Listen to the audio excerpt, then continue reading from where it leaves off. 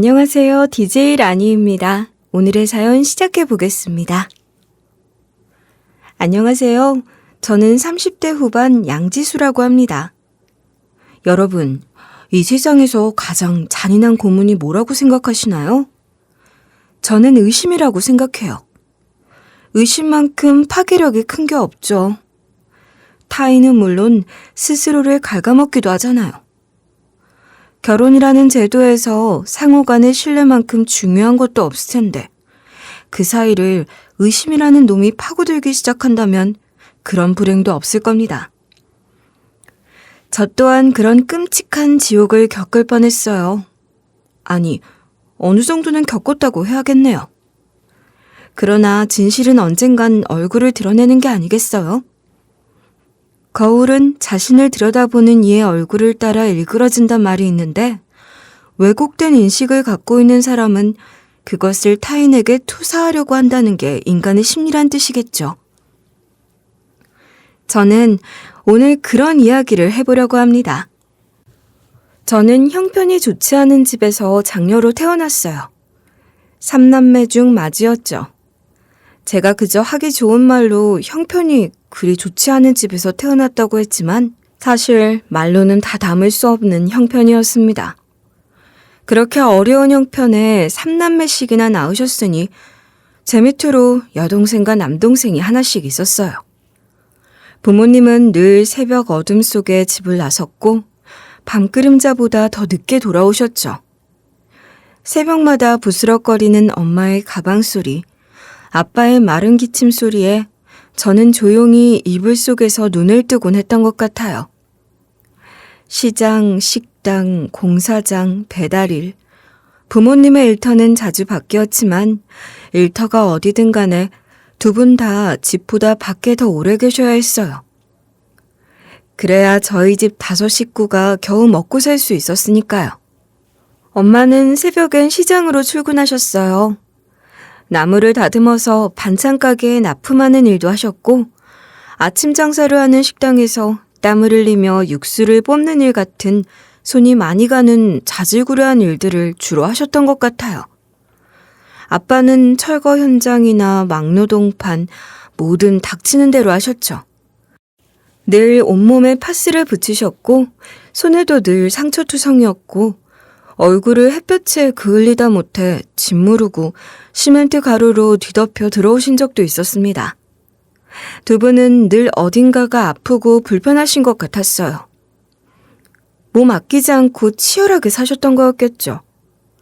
아무것도 몰랐던 어린 제 눈에도 그런 부모님의 모습이 걱정스럽고 안 돼 보였던 것 같아요. 엄마, 어디 아파요? 아까부터 계속 앓는 소리가 나. 기침도 자꾸 하고. 감기야? 몸살이야? 아니야. 그냥 목이 좀 칼칼해서 그래.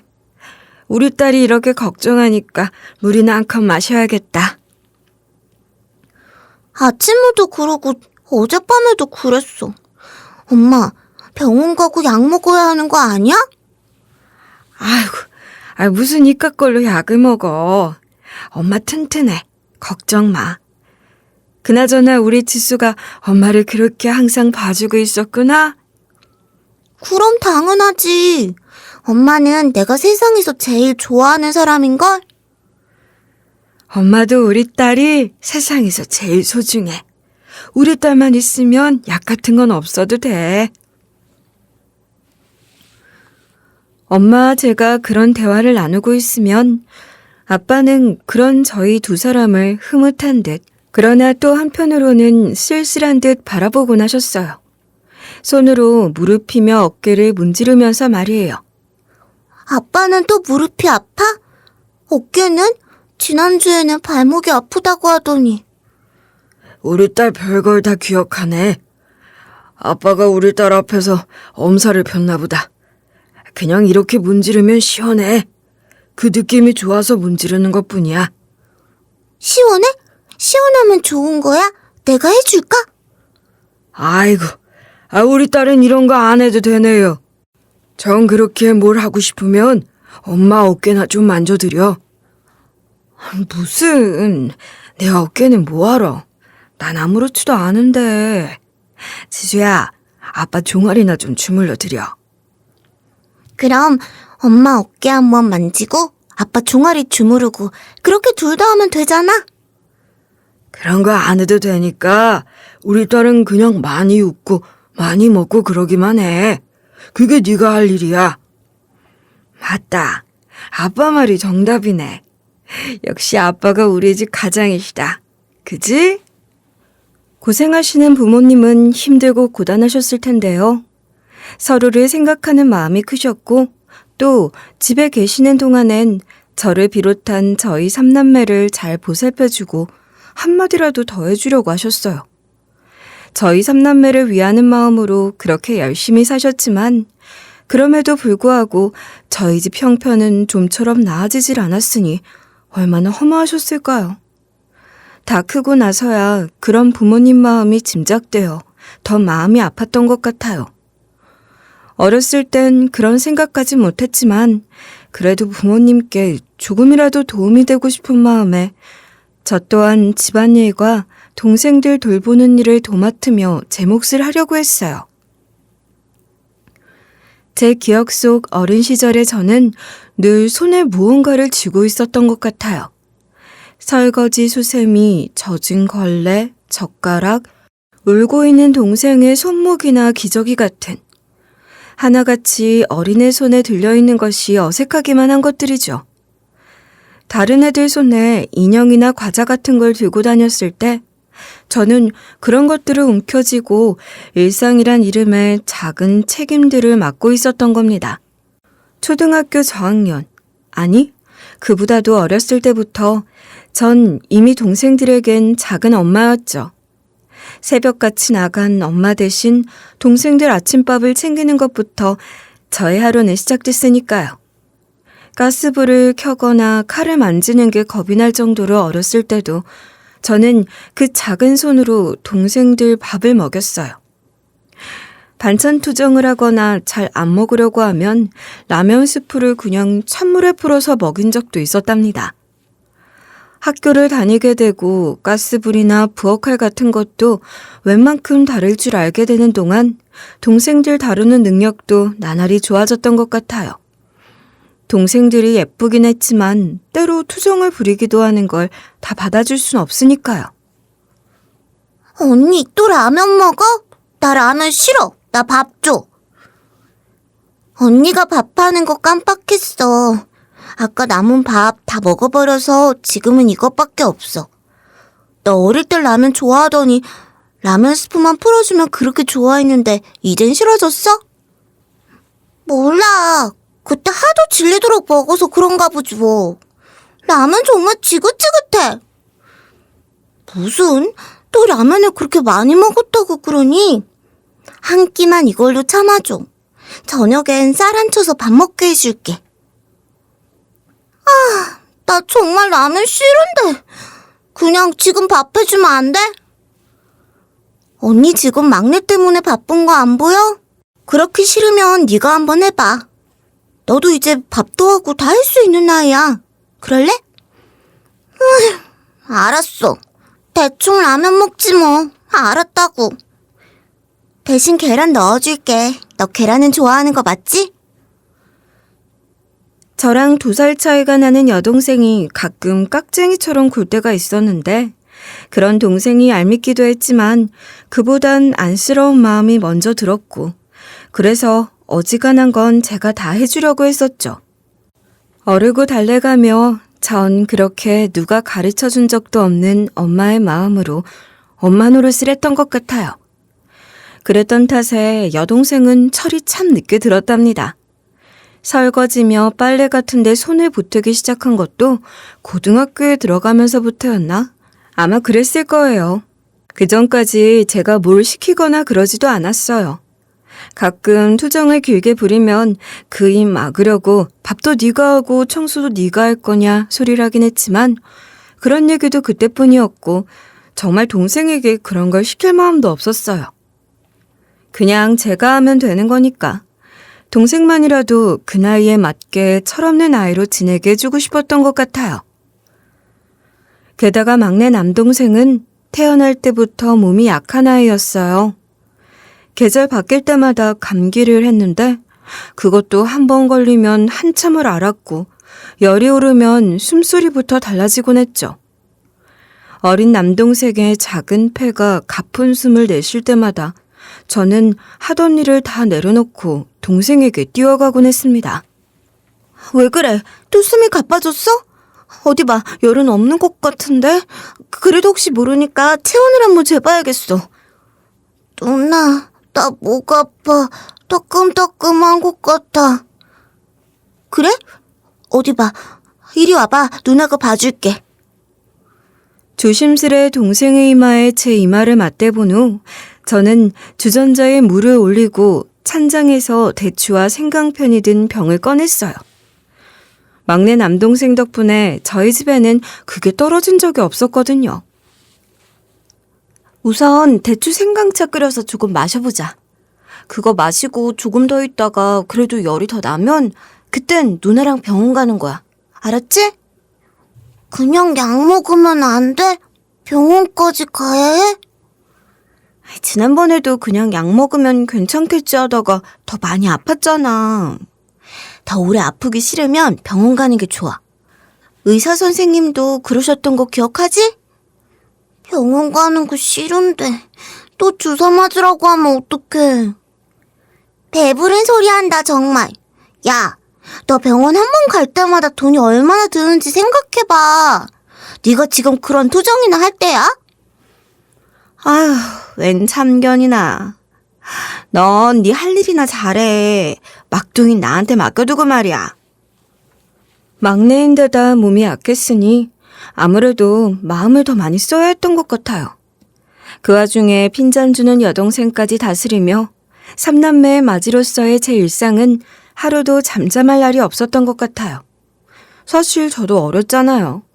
다른 집 같았으면 한창 예쁨 받고 응석 부렸을 나이에 집안일에 동생들 육아까지 도맡았던 저에게 그 짐은 꽤 무거웠을 겁니다.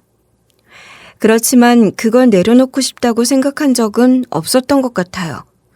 제가 있어서 동생들을 챙길 수 있고 부모님께 도움이 될 수 있는 것이 그저 다행이라고 생각했을 뿐이에요. 고등학생이 되어 법적으로 아르바이트를 할 수 있게 된 이후부터는 틈틈이 아르바이트를 해 돈도 벌면서 동생들이랑 집안일을 돌봤어요. 그러면서도 대학 공부만큼은 포기할 수가 없어서 나름대로 공부도 놓치지 않으려고 열심히 살았죠.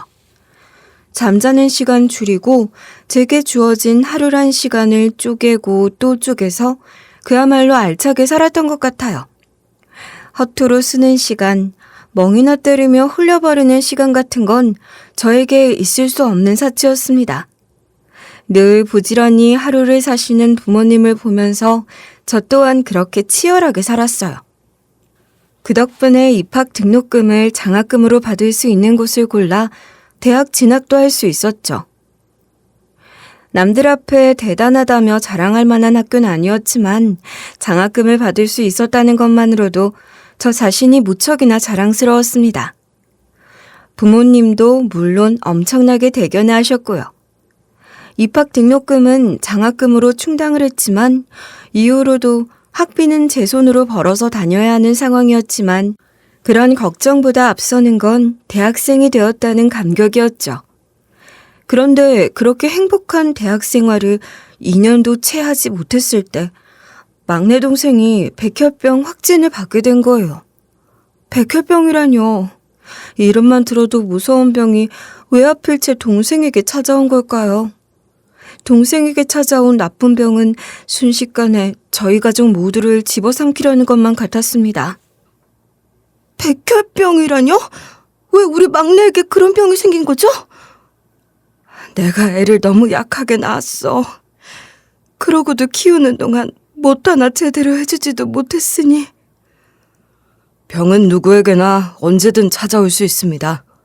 복합적인 원인이 작용했을 것이고 정확한 원인을 특정하기는 어렵습니다.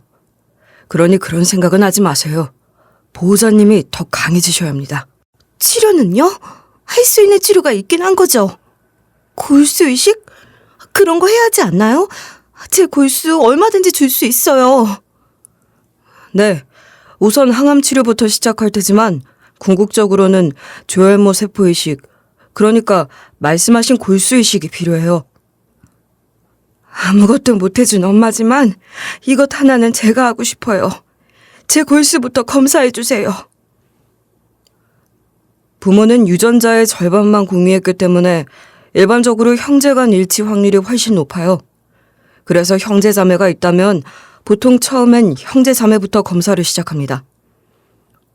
그러니까 제 골수부터 검사해주세요, 선생님.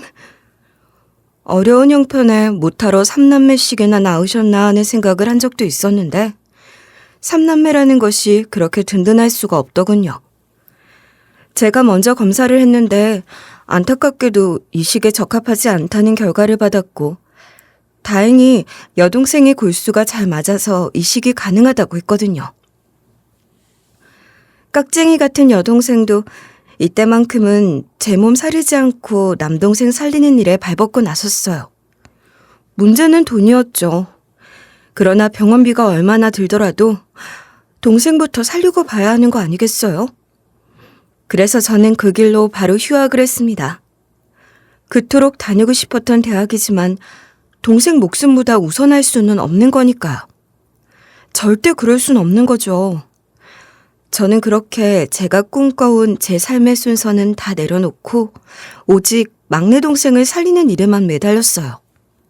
고등학교 때보다도 잠자는 시간을 더 줄여 빡빡한 아르바이트 일정을 소화했지만 그런 평범한 아르바이트를 몇 개 하더라도 그렇게 해서는 동생의 치료비를 다 감당할 수 없다는 걸 깨닫게 됐어요.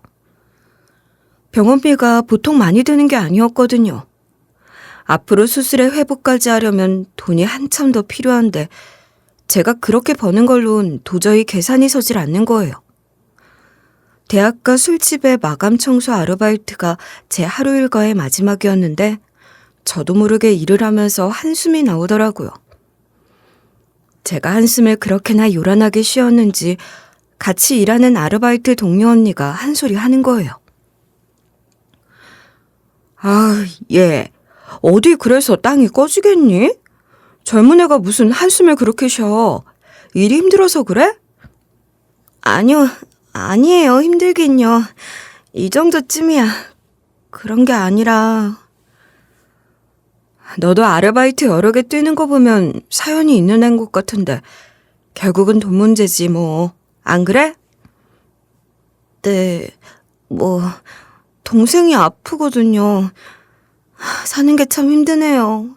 이렇게 열심히 일하는데 동생 병원비 감당하기엔 턱이 없이 부족해요. 잠자는 시간 빼고는 다 일을 하고 있는 건데. 시간만 많이 투자하면 뭐해. 시급을 많이 주는 일을 해야지. 과외 같은 것도 알아보곤 있는데 쉽지가 않네요. 제가 엄청 좋은 대학을 다녔던 것도 아니니까요. 토킹바라고 들어본 적 있어? 거기 시급이 엄청 센데. 그리고 학교에 따라 얼마든지 더 받을 수도 있다더라. 토킹바요? 아니요, 처음 들어요. 거기서 뭐 하는 곳인데요? 술집이긴 한데 뭐 그렇다고 술 따르는 일 같은 걸 떠올리지 마. 그거랑은 완전히 다르대. 관심 있으면 한번 알아봐. 여대생들이 많이 하는 아르바이트거든. 내 친구도 거기서 잠깐 일하고 목돈 확 땡겼잖아. 시급을 세게 쳐준다는 말, 잠깐 일하고 목돈을 벌었다는 말에 솔깃하지 않을 수가 없었어요. 그런 일자리야말로 저에겐 꼭 필요한 일자리였으니까요. 알아보니 그 언니가 말한 것처럼 술집에서 일하는 것이긴 하지만 술을 따를 필요도 없고 술을 마실 필요도 없다고 하는 거예요. 그냥 손님이랑 앉아서 얘기만 하면 되는 거라고 말이에요. 구인 공고 올라온 것들을 보면 그렇게 적어놓긴 했던데 그래도 막상 지원하고 면접을 보러 오란 소리를 들으니 좀 긴장되긴 했어요. 혹시라도 이런 식으로 끌어모아 이상한 일을 시키는 건 아닌지, 저도 모르게 나쁜 일이 휘말리게 되는 건 아닌지 그런 걱정도 됐거든요. 면접을 보러 간 토킹바라는 곳은 제가 마감 아르바이트라는 대학가 술집과는 전혀 다른 분위기였어요. 아주 고급스러운 인테리어와 위스키 같은 양주병들이 즐비했고 어쩐지 위화감이 들기도 했던 것 같아요. 편하게 앉아요. 우리 가게 설명부터 할게요. 어쩐지 모든 게 다 저랑은 너무 안 어울리는 곳이란 생각이 드네요. 제가 이런 곳에서 무슨 일을 할 수 있을지. 아, 인테리어가 좀 그렇죠? 우리 가게 고객님들은 연령층이 다양하거든요. 젊은 사람들도 있고 나이대가 제법 있는 분들도 많이 오세요. 그러니 너무 가벼운 분위기는 좀 그렇죠. 아, 네. 그렇군요. 근데 무슨 이야기를 해야 하는 거예요? 전 아는 것도 별로 없고. 말을 잘하는 것도 중요하지만 더 중요한 건 잘 듣는 거예요. 여기 오시는 손님들 대부분 자기 얘기하고 싶어서 오는 거니까. 그러니까 그저 잘 들어주고 잘 웃으면 돼요. 시급도 높은 편이지만 팁까지 받으니까 하는 만큼 수입이 되는 거죠. 사실 처음엔 거부감이 들었던 게 사실입니다. 토킹바 사장은 잔뜩 얼어있는 저에게 자기들 업소는 완전히 건전한 곳이라는 것을 강조했고 술을 마실 필요도 없으니 음료수나 물만 마시면 된다고 거듭 말하더라고요. 그냥 옆에 앉아서 분위기만 맞춰주면 그렇게 큰 돈을 준다는 게, 게다가 팁까지 받는다는 게 솔직히 내키진 않았어요. 저 자신을 상품화해서 파는 것 같았으니까요. 그런 일보단 제 몸을 쓰고 힘들여하는 노동이 훨씬 더 편하고 좋았지만 그런 일로는 이렇게 큰 돈을 벌 수가 없었죠. 동생 병원 진료비 내역서를 떠올리는 순간 저에겐 다른 선택의 가치가 없다고 생각했습니다. 그렇게 그 일을 하게 된 거예요. 첫 출근날 어찌나 긴장했었는지 몰라요. 제가 해야 하는 일은 토킹바 사장이 했던 말과 크게 다르지 않았어요. 술을 강요받지도 않았고 술을 따르는 것도 하지 않았어요. 기본적으로 바 형태로 운영되는 곳이라 바텐더가 따로 있었으니까요. 그렇긴 해도 조금 일을 해보니 토킹바 사장이 말하던 것과는 조금 다르다는 걸 알 수 있었죠. 손님이 무슨 말을 하든 웃으며 대꾸해야 한다는 건 생각처럼 쉬운 일도 아니었고 그리 건전하다고 할 수도 없었습니다. 때로 다소 모욕적이거나 수치스러운 말들을 농담처럼 하는 손님들 앞에서도 웃음을 팔아야 했으니까요. 또 가벼운 스킨십도 있었어요. 손님의 손이 어깨를 넘어와도 정색하지 않고 부드럽게 상황을 잘 넘기며 대처하는 요령이 생기기까지는 시간이 좀 걸렸던 것 같아요. 이렇게 어리고 예쁜데 남자친구는 없냐? 있으면 이런데 안 보내겠지. 한창 예쁠 때 연애도 많이 해야 하는 거다. 여기서 얼마나 버냐? 그 돈 내가 줄 테니 같이 나가자. 그런 말들을 들어도 웃음을 잃지 않고 손님 기분 상하지 않게 하면서 저 자신도 지킬 수 있는 대꾸를 해야 했어요. 분명 쉽지 않은 일이었습니다. 그러니 돈을 그렇게나 많이 주는 거겠죠. 세상에 거저 없는 건 없으니까요. 동생 치료비를 위해서라면 그 돈이 아쉬울 수밖에 없었던 저는 그렇게 내키지 않은 억지 웃음을 지어가며 버텼어요. 힘든 시간이었지만 덕분에 동생 치료비 보태서 수술까지 잘 시킬 수 있었으니 됐다고 생각했고 큰돈 들어갈 일 끝남과 동시에 바로 그 일을 그만뒀고 그곳에서 있었던 일들은 모두 잊고 살고 싶었던 것 같아요. 그런 것쯤이야 얼마든지 묻어두고 살 수 있죠. 동생이 수술 잘 받고 건강을 되찾게 됐잖아요. 수술이 잘 끝나긴 했지만 이후로도 몸 관리를 잘해줘야 한다고 하더라고요. 동생처럼 골수를 이식받은 환자들을 위한 환호 모임 같은 것이 있어서 병원에서 주최하는 강좌나 상담회, 정기 모임 등을 갖기도 한다면서 의사 선생님도 그런 곳에 나가볼 것을 추천하셨어요. 그럴 때마다 남동생의 보호자를 자처하며 제가 동행을 했었어요. 그런 모임에 처음 나갔던 날 둥그런 탁자 주위로 몇 명의 환자들과 보호자들이 모여 앉았는데 낯설기도 하고 어색하기도 하고 그랬던 것 같아요. 그날 그 모임을 주도한 사람은 아주 어릴 때 소아암 투병으로 골수이식 수술을 받았다는 젊은 남자였어요. 처음엔 다 똑같아요. 퇴원하고 나면 병원 안에 있던 그 정돈된 세계가 오히려 그리워질 정도죠. 안 그러신가요? 네, 맞아요. 정말 그래요. 병원에 있을 때가 차라리 더 좋았다는 생각이 들어요. 그게 우리 애만 그런 게 아니군요.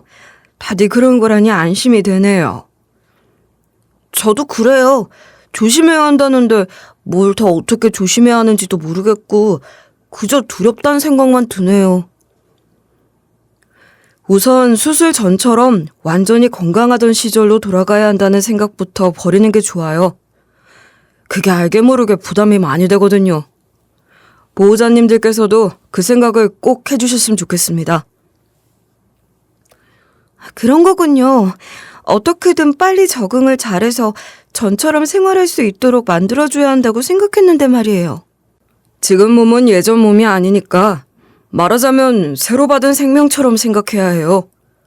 예민하고 조심스럽고 그만큼 시간도 걸리는 겁니다.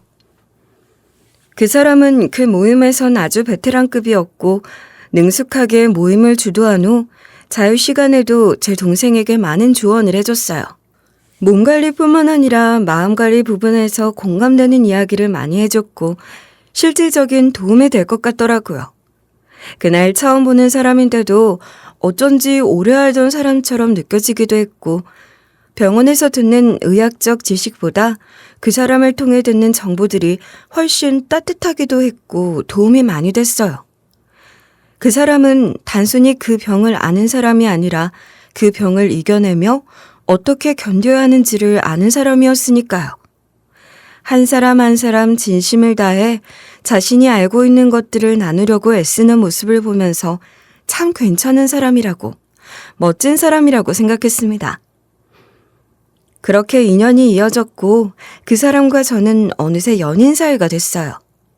무엇보다 생각하는 방식이 너무 잘 맞았고 그로 인해 서로를 더 깊이 있게 이해하게 되면서 자연스레 이 사람과의 미래를 생각하게 됐고 결혼 이야기까지 주고받는 사이가 된 겁니다. 함께 그 남자의 부모님께 인사를 드리러 간 날 생각했던 것보다 좋은 집에 살고 있다는 게 놀랐어요. 어머니가 교수님이라는 건 알고 있었지만 제 짐작보다 더 대단한 분이신 것 같더군요. 그런 부모가 저를 아들의 짝으로 탐탁해 하지 않을 것 같아서 잔뜩 긴장했는데 그 남자 아버지를 본 순간 저는 온몸이 얼어붙어 버렸습니다. 그 사람은 제가 일하던 토킹바의 단골이었던 사람으로 진상 중에서도 진상이었던 사람이었거든요. 당연히 그 사람도 저를 알아봤지만 드러내놓고 말은 못했겠죠. 자기가 그런 곳에 다녔다는 걸 말할 수는 없었을 테니까요. 게다가 가만히 보니 그 집안의 중심은 그 남자 어머니였어요. 그렇게 어려운 환경에서도 열심히 살았던 것 같아서 인상적이에요. 난 우리 아들이 지수 씨 같은 여자를 만나면 좋겠다고 생각했거든요. 제가 뭘 특별히 잘난 것도 없는데 좋게 봐주셔서 정말 감사합니다. 무슨 말이야. 자기가 살아온 삶 자체가 특별한 거야. 내가 뭘 했어. 우리 엄마도 자기 가치를 알아보시는 거지. 맞아. 우리 아들이 특별하지 않은 아가씨를 데려올 리가 없지. 우리 집안 사람이 되는 거 진심으로 환영해요. 저를 좋게 받아주신 것이 감사하긴 했지만 뭐랄까요? 그렇게 부족할 것 없는 자기 아들 같은 사람이 저 같은 여자를 선택했다는 것을 높이 사고 뿌듯해하는 것 같다고나 할까요?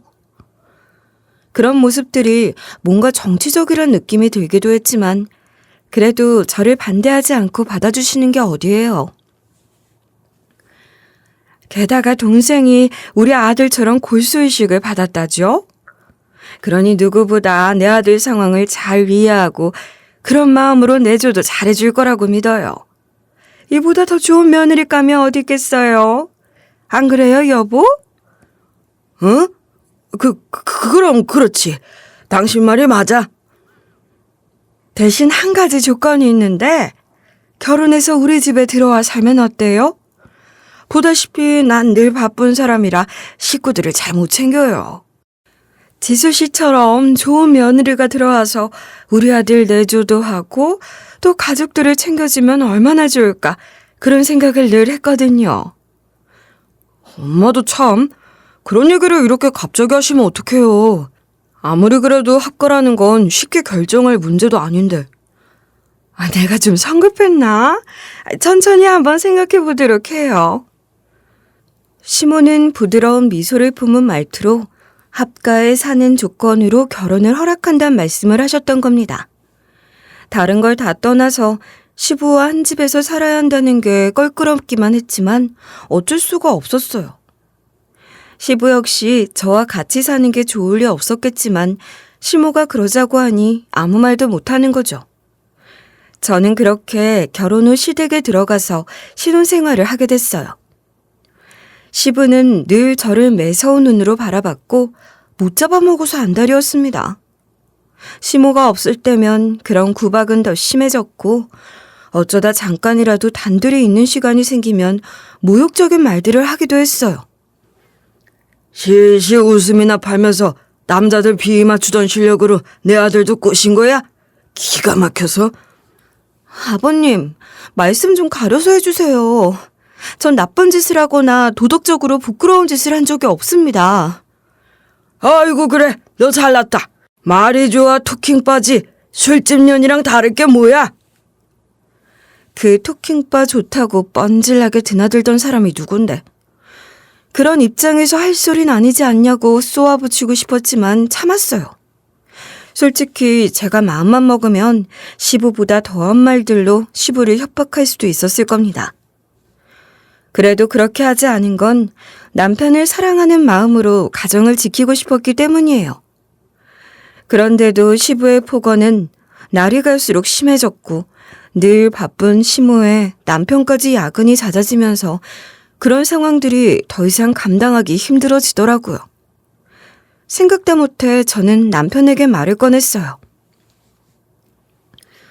저기 말이야, 우리 분가에서 살아볼 순 없을까? 분가?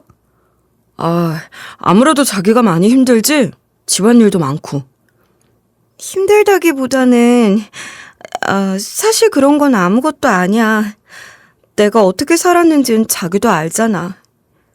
그런 게 아니라 나도 일을 해보고 싶어. 지금 이렇게 아무것도 안 하고 살림만 하다간 평생 내 일 같은 건 가져보지도 못할 것 같아서 그래.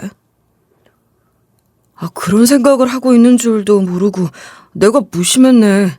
미안해. 그래, 부모님께 말씀드리고 분가해서 자기가 하고 싶은 일을 찾아보자. 부모님도 자기 생각을 지지해 주실 거야. 차마 시부의 길을 솔직하게 할 순 없어서 일을 하고 싶다는 명분, 아니 핑계를 내세웠는데 저를 지지하고 이해해준 남편과 달리 시모는 그런 저를 괘씸히 여기셨어요. 갑자기 일은 무슨 일이야? 네 전공이 썩히기 아까운 무슨 그런 기술도 아니고 학과에 살아보니 힘들어서 분가하겠다는 소리로밖에 안 들리는구나. 어머님, 그런 게 아니라 저도 제 일을 한번 가져보고 싶어요. 한 살이라도 젊을 때 할 수 있는 일을 찾고 싶어서. 그러니까 일이 왜 필요하니? 누가 너더러 돈을 벌어오라고 하는 사람이 있어? 엄마, 일을 꼭 돈 벌려고 하나요? 이 사람도 자아실현을 할 기회를 가질 자격이 있는 거죠. 아주 지 남편부터 단단히 구워 삶았군. 애초에 니들 결혼시킬 때 학과가 조건이었던 거 잊었어? 결혼하고 나니 분가 소리부터 하다니 너 보기보다 아주 영악한 아이구나. 시모가 그렇게 나오니 시부는 아주 신이 난 사람처럼 노발대발하면서 기름을 붓고 블런드에 부채질을 하기 시작하는 겁니다. 시모가 어떻게 반응하는지 가만히 지켜보고 있다가 이때다 싶어 대놓고 저를 몰아세우는 거죠. 화장실 들어갈 때 나올 때 다른 것도 아니고 시부모 상대로 장난치는 거냐? 죄송합니다. 죄송이고 뭐고 다 필요 없어. 머리 검은 짐승은 이래서 거두는 게 아니라고 하는 거지. 여보, 당신이 마음에 들어하니 내가 아무 말 안 하긴 했지만 이 아이 난 처음부터 그리 좋은 아이 같지가 않더라고. 참하고 책임감 있는 아이라고 생각했지. 이럴 줄 내가 알았어? 당신 탓을 하는 건 아니니까 오해하지 말라고. 나가라고 해. 나가서 저 살고 싶은 대로 살라고 말이야. 대신 나갈 때는 네 마음대로 나가도 다시 들어오는 건 절대 네 마음대로 알 될 거다. 알겠냐? 당장 뒷고에서 나가. 제가 원해서 분가에게 꺼낸 것이지만 결과적으론 거의 쫓겨나다시피 시댁에서 나오게 됐어요. 그런 대접을 받더라도 저는 분가하는 것을 선택했고 그 대가는 혹독했죠. 분가하는 그 순간부터 저는 시댁에 발걸음을 못하게 됐거든요. 명절이나 제삿날에도 남편만 시댁에 가서 아들 노릇을 했고 저는 함께 가지 못했어요. 시부모가 저를 시댁에 들여놓지 않으려 하셨으니까요. 그래도 남편과는 별 문제 없이 지냈어요. 분가에 나오자마자 임신 사실을 알게 되었고 딸도 하나 낳았으니 딸 키우는 재미에 빠져 살았던 것 같아요. 솔직히 말하면 남편에게 미안해서 그렇지 시부 안 보고 사는 게 좋기만 했습니다. 시댁에 발걸음을 못한 지도 5년이 다 되어가는 시점. 그러니까 딸아이도 이제 4살이 다 되었어요.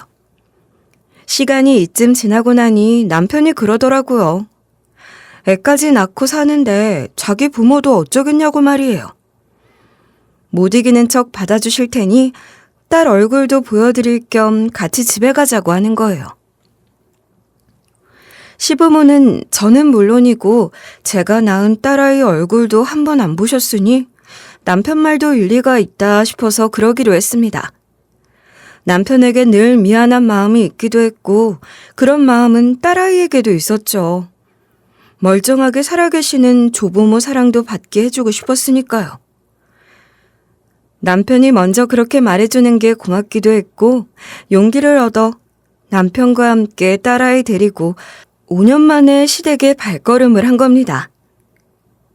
그런데 제가 시댁 거실로 들어서자마자 시부가 다짜고짜 제 뺨부터 올려치는 게 아니겠어요? 이게 감히 여기가 어디라고 내 집에 발을 들여? 너 이 집에서 나갈 때 내가 했던 말 잊었어? 나갈 때는 네 마음대로 나갔어도 들어올 때는 그렇게 안 된다고 했잖아. 아버님, 제가 아무리 미우셔도 손녀는 한번 보셔야죠. 이 사람 자식입니다. 이 집안 자손이라고요. 손녀는 무슨 이 집안 자손? 너도 눈이라는 게 달렸으니 한번 봐라. 닮은 것도 하나 없는 애를 데려와서는 이게 내 핏줄이라고?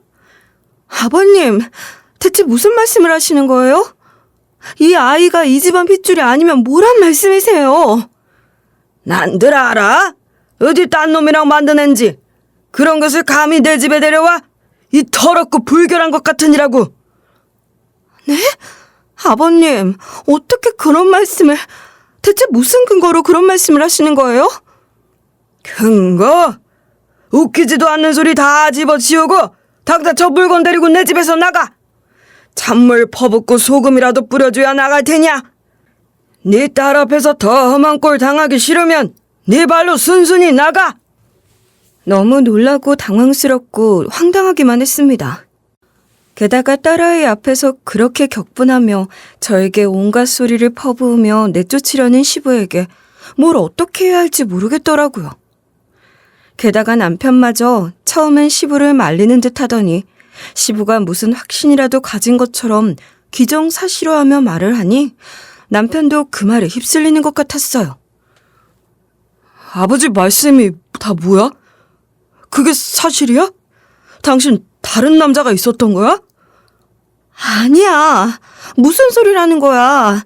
내가 그랬을 리가 있어? 당신 그 말을 믿는 거냐고. 아버지가 확실하다고 하시잖아. 그럴 만한 이유가 있으니까 저러시는 거 아니겠어? 그렇단 마다 이제야 내 아들이 제정신으로 돌아오는 모양이네. 말해봐. 날 배신한 거야? 대체 어떤 놈이야? 아니라고. 절대 아니야. 그걸 몰라서 이래? 그렇게 떳떳하면 유전자 검사라도 해. 그럼 될 거 아니야. 당장 병원으로 가자고. 순간적으로 이성을 잃은 듯한 남편은 제 멱살까지 잡아가며 병원에 가서 검사를 하자고 하더군요. 저야 거리길 것이 없었으니 그깟 친자 검사 하면 된다 싶었습니다. 굴욕감이고 뭐고 그런 게 중요한 게 아니죠. 확실하게 하는 게 좋다는 생각에 병원으로 가게 됐습니다. 당시 시댁에 시모는 계시지 않았으니 시부 혼자 씩씩거리며 그 모든 일을 저질렀던 거예요. 어찌되었거나 친자검사를 하면 될 일인데 문제는 제 남편이 골수이식을 받은 사람이란 겁니다. 이런 경우 조혈모 세포가 이식되며 기증자의 유전 정보가 혼재될 수 있기에 친자 검사 결과가 정확하지 않거나 해석이 매우 까다롭다고 병원에서 설명을 하더라고요. 네? 그럼 친자 검사를 할 수가 없는 건가요? 안 돼요. 꼭 해야 해요. 다른 방법은 없나요? 더러운 년이 우는 또 좋은 모양이군. 검사 못하게 될 것 같으니 다행이다 싶으냐? 안심이야? 어디서 연극이야? 선생님, 저 이 검사 꼭 받아야 해요. 방법을 찾아주세요. 이런 경우 남편분 부모님, 그러니까 조부모의 유전자로 간접적인 검사를 실시할 수 있습니다. 그럼 그렇게 해주십시오. 뭐라도 검사를 해봐야죠. 단, 이 경우엔 조부모 두 분 모두 검사에 참여해야 정확도가 높아져요. 그러니 조모님께서도 함께 오셔서 검사를 받으시는 게 좋습니다. 결국 시모까지 병원에 오셔서 두 분 모두 검사를 실행했어요. 병원에서 그렇게 권유하는 것이니 그렇게 한 거죠. 그런데 이게 어떻게 된 일인지 모르겠습니다. 검사 결과가 너무나도 황당해서 저희 가족은 물론이고 검사를 실시한 병원 관계자들까지도 당황스러움을 감추지 못하는 거예요. 그 결과가 어떻게 나왔는지 아세요? 우선 시부와 제 딸 간에는 유전자가 거의 일치하지 않는다고, 그러니까 제 딸이 이 집안의 핏줄이 아니라는 시부의 일방적인 주장을 뒷받침할 만한 결과가 나온 거예요. 시부는 그 결과지를 들고 더 흥분해서는 내가 뭐라고 했냐? 내 말이 맞지 않냐? 보나마나 뻔한 일이었다.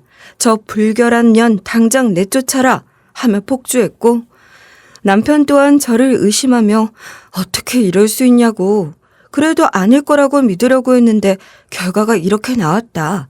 설명을 해보라 하며 목소리를 높이더군요. 그런데 시모와의 검사 결과지를 열어보는 순간 그야말로 병원이 발칵 뒤집히게 된 거예요. 시모와 제 딸 사이에는 친자 관계가 성립한다는 결과가 나왔거든요. 이게 대체 무슨 말인 건지 여러분들도 머리가 아프실 것 같아요. 상황을 제가 다시 한번 정리해 볼게요. 그러니까 제 딸은 시부와는 친자 관계가 성립하지 않지만 시모와는 성립한다는 겁니다. 이게 무슨 말이겠어요? 결국 시부모의 아들인 제 남편이 시부의 친자가 아니라 시모가 다른 사람과의 사이에서 얻은 아들이란 소리가 아니고 뭐겠냐고요.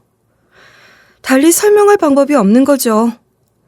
그 상황을 깔끔하게 정리하고 설명할 수 있는 경우의 수는 그것뿐이었습니다.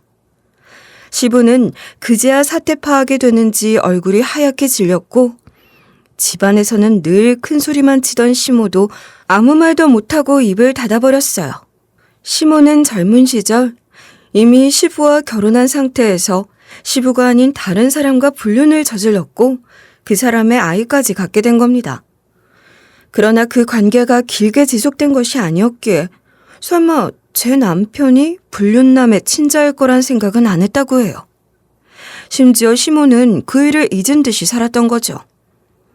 참 세상 편하게 사는 사람이다 싶었습니다. 시부 또한 시모가 그런 짓을 저질렀을 것이라는 것, 그리고 제 남편이 시부의 친자가 아니라는 건 꿈에도 몰랐을 거예요. 생각조차 해본 적이 없는 것 같더라고요. 그러고 보면 남편이 시부를 전혀 안 닮긴 했거든요. 그렇게 닮은 구석이 하나도 없지만 그래도 그렇지 누가 그런 일을 쉽게 상상이나 한단 말입니까? 저 역시 그런 생각은 해본 적이 없었으니까요.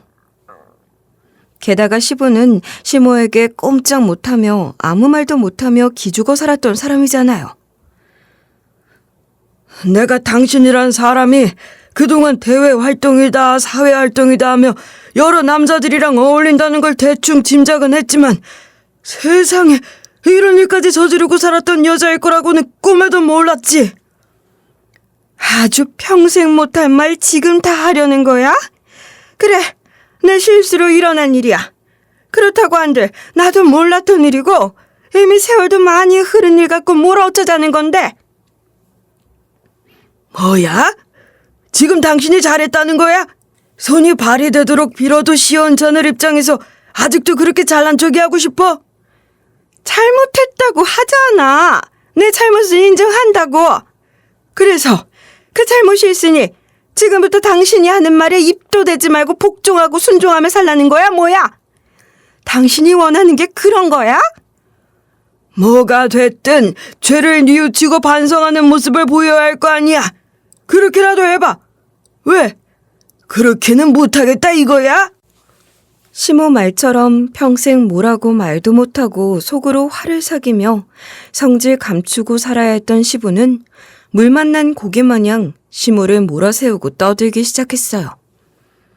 물론 남편이 자신의 친자가 아닐 거라는 걸 전혀 모르고 있었던 만큼 그 충격과 배신감이 크긴 했겠지만 제가 보기에도 시부는 이 기회를 발판 삼아 시모 위에 군림하며 이제라도 큰 소리치며 살고 싶어하는 것 같은 모습이 역력했습니다. 그러니 흔히 생각할 수 있는 이혼 요구라던가 그런 소리를 일절 입 밖에 꺼내지도 않고 화를 내며 자기 목소리만 높여댔던 것 아니겠어요? 그런 시부의 모습을 보고 있자니 저는 속에서 구역질이 올라 참을 수가 없었어요. 사실 제가 시댁을 나와 인연을 끊다시피 하게 된 데는 사건 하나가 더 있었기 때문입니다. 제가 과거에 동생 병원비를 벌기 위해 했던 일을 두고 내내 걸고 넘어지며 저를 천박한 여자 취급하던 시부였잖아요. 다른 식구들이 모두 늦게 귀가하던 어느 날 밤 시부가 반주를 과하게 마시고 술에 취해 저를 덮치려고 한 적이 있었던 겁니다. 그 일이 있고 나서 시부는 자신이 한 짓을 전혀 기억하지 못하는 척하며 오히려 저를 더욱 몰아세우며 핍박했던 거예요.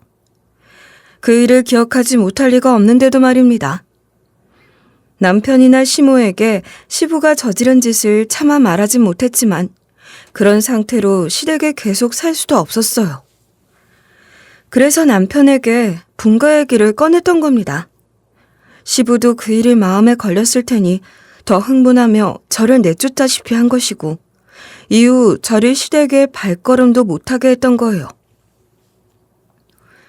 시모도 잘한 게 없지만 시부의 행태를 보니 더 이상 제가 시부의 만행을 숨겨주고 있어야 할 이유가 없다 싶더군요.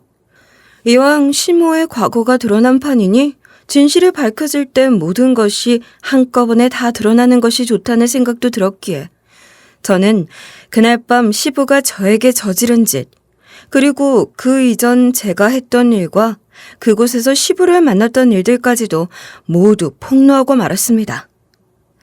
남편은 시부에게 분노하며 저에게 진심으로 사과했어요. 잠시나마 저를 의심했던 것을 후회하고 자책하며 눈물로 용서를 구하는 남편의 모습에서 진심이 느껴졌기에 저는 남편의 그 마음을 받기로 했어요. 시부로 인해 남편이 저에게 좋지 않은 모습을 보이기도 했지만 이해 못할 상황도 아니었고 무엇보다 저는 남편이 좋은 사람이라는 걸 믿고 있기 때문입니다. 그렇게 저희 부부는 서로를 이해하고 용서했지만 시부와 시모는 그야말로 전쟁을 시작했어요. 어떻게 다른 놈 자식을 낳아 내 자식으로 만들어서 평생을 키우게 했으면서 그렇게 뻔뻔할 수가 있어? 당신이란 여자는 양심이 없는 거야? 뭐가 그렇게 잘난 건데? 며느리한테 그딴 짓이나 저지른 주제에 무슨 할 말이 있다고 이 난리야? 무슨 약점 하나 잡았다 싶은 모양인데 그딴 걸로 당신 같은 사람한테 잡혀 살 생각은 전혀 없어. 뭐? 끝까지 잘났던 거야? 불륜에 다른 남자애까지 낳은 주제에 법정으로 가서 시시비비 따져야 그놈의 잘난 척 그만할 건가? 어디 한번 해봐? 웃기고 있네. 법정. 요즘 우리 사회가 성인지 감수성이 얼마나 민감한진 잘 알지? 심지어 며느리한테 그런 짓을 해? 이거야말로 사회적으로 매장될 사안이야. 왜 이래? 법으로 하자면 누가 겁낼 줄 알아? 그래. 그럼 법으로 하면 되겠네. 법적으로 따져서 누가 더 잘못인지 해보자고. 당신 같은 여자랑은 더 살고 싶지도 않으니까 이혼 소송에서 위자료 엄청나게 청구할 테니 그렇게 하라. 나야말로 하고 싶은 말이네. 위자료 나라고 청구 못할 것 같아? 해보자니까 글쎄. 막장도 이런 막장이 없는 겁니다. 시부모는 결국 이혼 소리라며 법정 싸움도 불사하는 듯이 달려들었지만 시모 입장에서 그간 자신이 쌓아온 사회적 위치와 체면이 있으니 법정 공방까지 벌일 경우 자신의 치부가 만천하에 드러나는 것이 두려웠던 것 같아요. 그러니 결국은 시부에게 조금 유리한 조건으로 합의를 해주려는 것 같더라고요. 그렇게 시부모는 협의 이혼을 했습니다. 시부는 시모와 이혼 후 저희 집을 찾아왔는데 정말 어이없는 소리라는 거예요. 너희들도 들어서 알겠지만 너희 어머니와 나 우리 이혼했다. 알다시피 네 엄마가 저지른 잘못이 워낙 크니 내가 유리한 조건으로 이혼한 거야. 알지? 솔직히 저희는 두 분 일에 더 이상 관여하고 싶지 않습니다. 두 분 이혼에 대해서도 저희는 깊이 알고 싶지 않아요.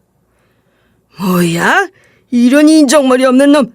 네가 내 친아들도 아닌데 그것도 모르고 내가 지금껏 널 어떻게 키웠냐? 만날 밥보다는 네 엄마 대신 내가 널 돌본 날이 훨씬 더 많아. 그 은혜 모른다고 하면 너는 사람 새끼가 아닌 거지. 대체 하고 싶은 말씀이 뭐죠? 그쪽이 저한테 저지른 짓을 생각하시면 여기 이렇게 찾아와서 그딴 소리 하는 것도 사람으로서 할 짓은 아닐 텐데 말입니다. 뭐야? 내가 그래도 이놈 애비야. 어디서 그런 말을? 이렇게까지 된 마당에 저한테 아버지 대접이 받고 싶다는 겁니까? 예? 네, 좋습니다. 지금껏 키워주신 은혜, 그 공에 대한 대가를 원하는 거라면 금전적 보상이라도 하죠. 그러나 제 아내에게 그런 짓까지 저지른 사람을 더 이상 아버지라고 부르고 싶진 않습니다. 이런 배은망덕한 놈. 그래 이놈아. 그럼 그 금전적 보상이라는 거라도 해봐라. 정말 구차하기 이를 데 없는 사람 아닙니까? 기어이 그런 말을 하고 싶었을까요? 그 꼴을 보니 더 이상 예의고 뭐고 갖출 것도 없다 싶어서 저도 소리를 질러버렸죠. 이것 보세요. 금전적 보상이요? 어이가 없네. 그쪽이 나한테 저지른 짓이 뭔지는 알아요? 이거 내가 제대로 고소해 볼까요? 그 짓에 대한 위자료 되려면 이혼하면서 그나마 챙긴 돈 다 쏟아부어도 안 될 텐데 괜찮겠어요? 그렇게 소리치며 시부를 비난했고 가차없이 내쫓고 말았습니다. 말은 그렇게 했지만 그건 그저 시부에게 겁을 주려는 것일 뿐이었고 다시는 저희를 찾아오지 말라는 뜻으로 한 말이었어요. 그런데 시부가 그걸 시모에게 어떤 식으로 말한 건지 모르겠지만 시모가 저희를 찾아와 시부가 저에게 벌인 짓을 문제 삼아 이를 키우지 말라고 하더군요. 그래봤자 집안 망신이고 좋을 것 하나 없다 하면서 고소하고 어쩌고 해봤자 뭘 얻겠냐고. 원한다면 자기가 금전적 보상이라도 해주겠다고 하는 겁니다. 기가 막혔죠. 시모는 자기 얼굴에 먹칠할 것이 세상에서 제일 두려운 사람인 거예요. 며느리인 제게, 아니 같은 여자로서라도 저를 이해하거나 위로하는 말 한마디 없더라고요. 원래 차가운 사람이라 생각은 했지만 어떻게 이러나 싶었고 남편도 시모에게 실망이 이만저만이 아니었어요. 이젠 남편도 시부, 시모 모두 진절머리 난다며 연 끊고 살자고 하네요. 시간이 많이 흐르면 이 관계들이 또 어떻게 될지 모르겠지만 지금으로선 저도 시부모 모두 안 보고 사는 게 속 편해요. 남편은 지금도 저에게 사죄하는 마음으로 헌신하고 있고, 그런 남편의 진심을 알기에 저도 남편에게 잘하고 제 딸 예쁘게 키우며 살고 있답니다. 앞으로도 그저 이렇게 평온하게 살고 싶은 마음뿐이에요. 이렇게 여러분께 제 이야기를 한참 하고 보니 저도 나름대로 파란만장한 삶을 살았다 싶어요. 그러나 다 지난 일이니 마음속에는 좋은 것들만 남기고 싶어요. 심오든 시부든 그 사람들의 추악한 모습을 곱씹기보다는 그런 모습들 속에서 나는 저렇게 살지 말아야지 하는 다짐만 남기고 싶습니다. 제 이야기를 끝까지 들어주신 여러분들께서는 제 이야기가 무슨 뜻인지 다 이해하시리라 생각해요. 같은 마음으로 여러분들의 일상에도 평온과 행복이 가득하길 바랄게요. 이렇게 함께 해주셔서 정말 감사합니다.